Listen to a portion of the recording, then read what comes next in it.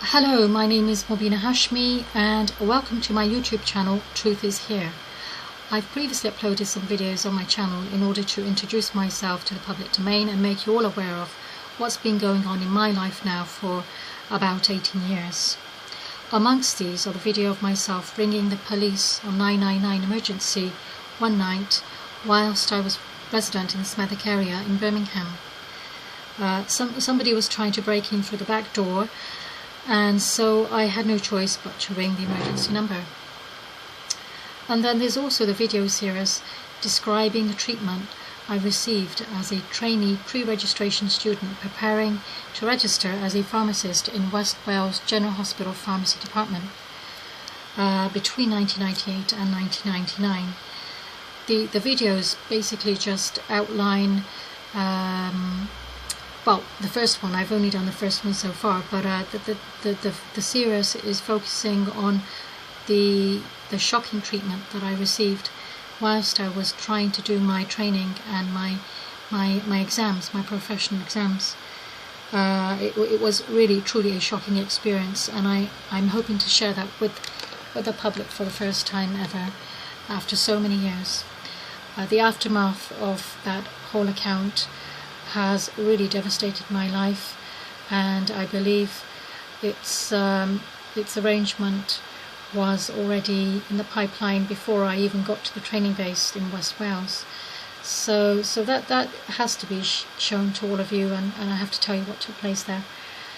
And last but not least, please view the Beehive Rape password video sent to me courtesy of Civil Legal Advice. The story behind that one, that lovely password, is that I actually joined a gym in the Bristol area just to keep fit and exercise, and like anyone else. Unfortunately, within a couple of days of attending the gym, I was approached by the manager of the company, who told me I could no longer resume at the gym owing to my Islamic attire.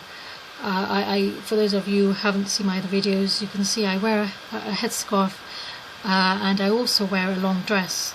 So he didn't quite fancy the idea of me carrying on there. Now, I did try and negotiate with him and come to a middle ground, some kind of leeway, which would allow me to carry on using the gym. But he was totally adamant and explained that he had to keep other people happy there. So that was one of his justifications, and he had no issues in relaying that to me, which kind of tells you something about the company and its policies. On returning home, I was very upset, understandably, and so I emailed the company, and again I tried to somehow negotiate and come to some middle understanding which would cover the backs of the gym and my own back, of course, and allow me to resume as a service user. But just like the company manager who'd approached me, the company seemed to have a policy of blanking people, and so I didn't get a response from them, which was very strange, which tells you something about the company. If somebody complains, they are still supposed to get back in touch with you. The nature of a complaint is that it's going to be something that the company isn't jumping up and down about. So again, I had to be a bit more proactive and get in touch with the company. I telephoned them and spoke to somebody in administration.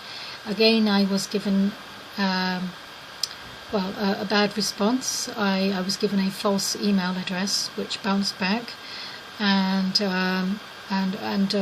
I wasn't very happy, as you can imagine, and had no choice but to get in touch with the Civil Legal Advice body, who happened to be the organisation in Great Britain who advise and represent lay members of the public like myself if and when they have a grievance with any organisation or something like that. So that's the background to that. And that's how I got that lovely Beehive Rape password, courtesy of the Civil Legal Advice people themselves. Now that I've done a background introduction, just to get on and tell you what this video is about and why the CIA logo is staring back at all of us on our screens. For most of us, the CIA are a household name and need little introduction. They are the Central Intelligence Agency, that's what CIA stands for, and are the civilian foreign intelligence service of the United States government. They rely primarily on human intelligence to gather, process and analyze information from around the globe. So I guess they operate very much like any other security agency anywhere else in the world, any other country, and in that way they're not very different. The big question is, how did Mubbina Hashmi find herself having to get in touch with them? Well, I'll just tell you, that's what I'm hoping to do today. Unfortunately, I found myself locked out of my long-standing Hotmail account, and why? Because I'd forgotten my password, and I couldn't get back into my account.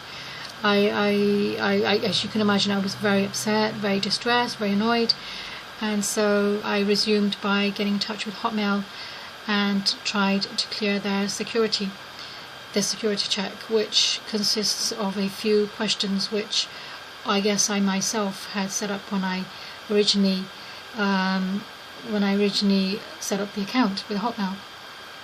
Unfortunately, I couldn't answer all the questions, possibly because I've forgotten the answers. I don't know what, but I couldn't get all the answers, and so they at their end did a fantastic job and refused to allow me access back into my own email account.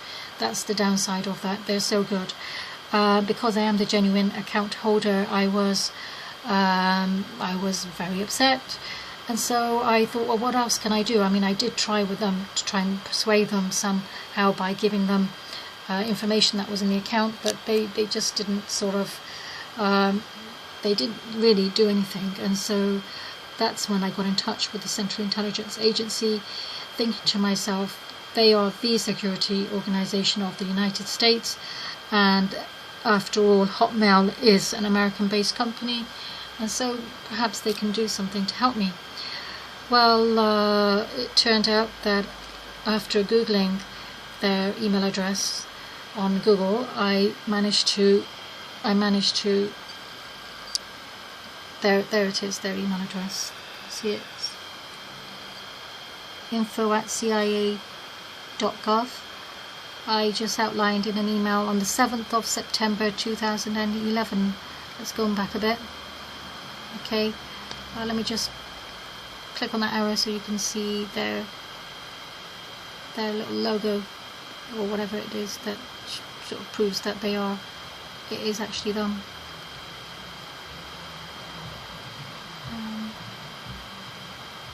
So I said, it's not, for some reason it's not doing it. Let me see, why is that?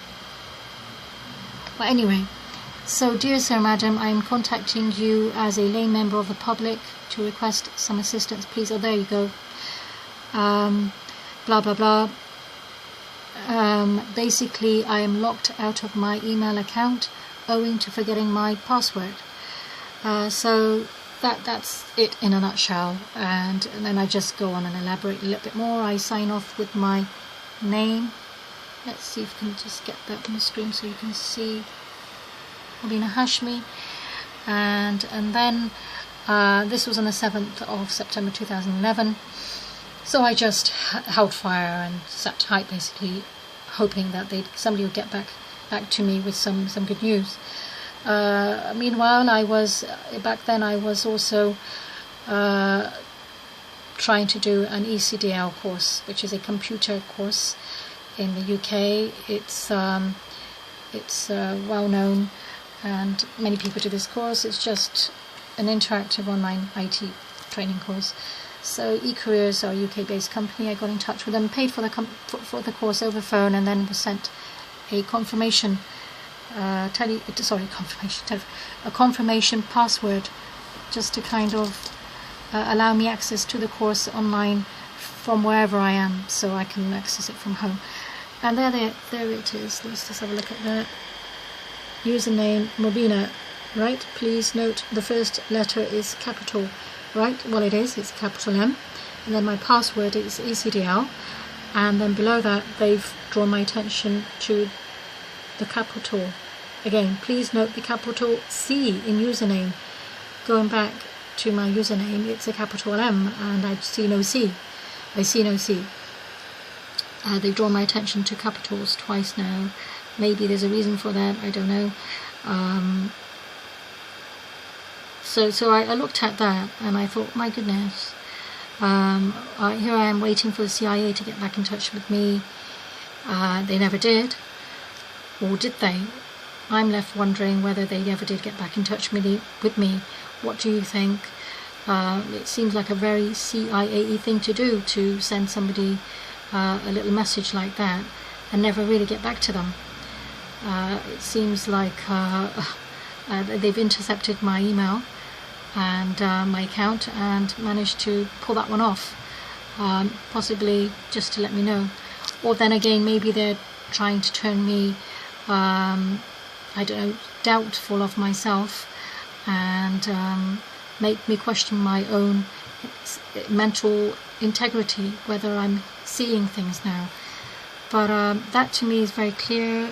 It is a C, and the only CIA I was hoping to hear back from, the only C I was hoping to hear back from in those days was the CIA, and that seems to be the only way they know of how to get back in touch with people. I've dealt with lots of things, and so to me that comes as no real surprise. I mean, I've dealt with the treatment from another C, or Carmarthen should I say, the hospital in West Wales, General Hospital. The treatment I received there was unbelievably shocking, and I like I've said, I've felt it was necessary to put that encounter or account out there in the public domain so people can understand what the issue is, which will be coming out eventually. I hope to be sharing that with the world. What is the problem with Mubbina Hashmi? Why are the CIA, civil legal advice, people, the establishments, the police, why do they have such an attachment to me? I mean, what are they so obsessed with? And why are they so keen on turning me into a person with a very severe mental illness, somebody who is seeing and hearing things? They've actually tried to do that, you see. So I think I've mentioned that somewhere in my videos, in the type below the YouTube video. So enough of that. I'll just move on to another video, another email. It's this one here. I've mentioned this one already, and it is a video actually. It's the one I've posted up already, the civil legal advice Beehive rape video. There it is again. You can just look at it and check for yourselves. Yes, it is civil legal advice.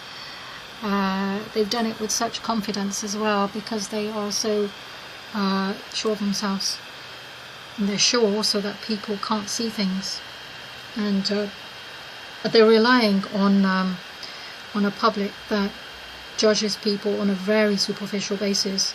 And if they don't like your scarf, or the colour of your skin, or the way you sound, perhaps they're hoping, I don't know, I'm just speculating, perhaps the establishments are hoping that the public will say that doesn't look anything suspicious.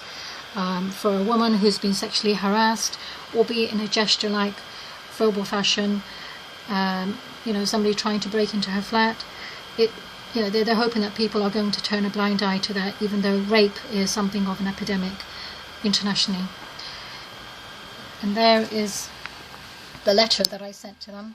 I just couldn't sit on it. I didn't sit on it. As always, I attempted to take action, and I got in touch with civil legal advice, and I told them I was offended. I didn't find it very funny, and customer support got back to me, and that's basically, they have told me again, almost to my face, that Beehive rape is a randomly computer generated password, which I find very hard to stomach. And I think, or I'm quite sure, most people who know anything about what's taking place in the world right now will agree with me.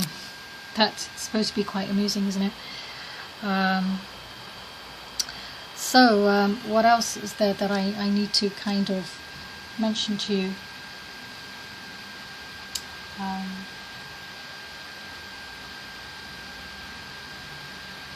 Well, to be honest, I think for now that should be it.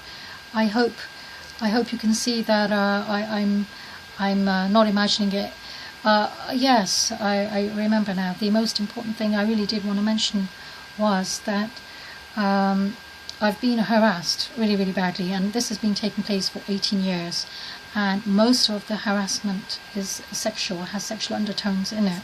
I mean, rape, somebody trying to break into your flat in the evening, being told by the police that no, you invited somebody in for a cup of tea, even though the video and the CD and myself, a witness, tell everyone that that was not the case. Somebody attempted to break in. I sarcastically said to the police officer, I haven't invited him in for a cup of tea, and that gave them the liberty to claim the opposite. I moved back to Birmingham in 2010. Sorry, back to Bristol from Birmingham in 2010, and within months, a lady by the name of Joanna Yeates is murdered by her neighbour Vincent Tabak, who happens to share the same block as her, or the same building, should I say, and his only defence is that Joanna Yeates invited him in for a drink. Okay, he's obviously being given that line from somewhere, because my details were being scrutinised by the establishments and those who have access to privy information, and so really for that to take place with all details matching is quite shocking. The family, the friends, everyone who knew her said it was totally outrageous and that it couldn't have been the case. He somehow had access to her flat. Again, I say courtesy of the establishments, namely the police. They must have facilitated that incident, and it culminated in the death of Mr. and Mrs. Yeates' daughter, Joanna Yeates. I'm sorry, I don't know the brother's name, but it's a loss for all of them, and for her friends, and for everyone. So just to give you why I'm so concerned, I can't just let that go. I currently am being told that I'm seeing and hearing things, and I haven't been able to work in any normal fashion for 18 years since that experience in Carmarthen Hospital, West Wales General Hospital, pharmacy department, where I happened fortunately to pass my high stakes exams with little assistance or next to no assistance from the department, organised courtesy again of the establishments, the CEO of that hospital. They know who they are, and they also know who the people outside the hospital were and are who organised the whole stunt. A friend of mine was a witness because she heard of the incident from outside the hospital back then. Back then in 98 and 99, a whole load of people heard through the grapevine what was taking place against myself, Mubbina Hashmi, and she was the only, or one of the very few brave people who forwarded herself and spoke to me about the situation. And she was sectioned off in a mental hospital sometime in 2000 and something. And so that's how they deal with people when they speak up for the truth. So I hope all of you out there understand what's going on here, or at least have some insight into what's taking place for so long. And hopefully I'm going to tell you why as well. That's going to be the most revealing thing, is when the world is told the reason why a whole load of people sharing my details have been treated in this way. So please view my YouTube channel, Truth is Here, to learn more about my case. Thank you for viewing my videos and for listening to me.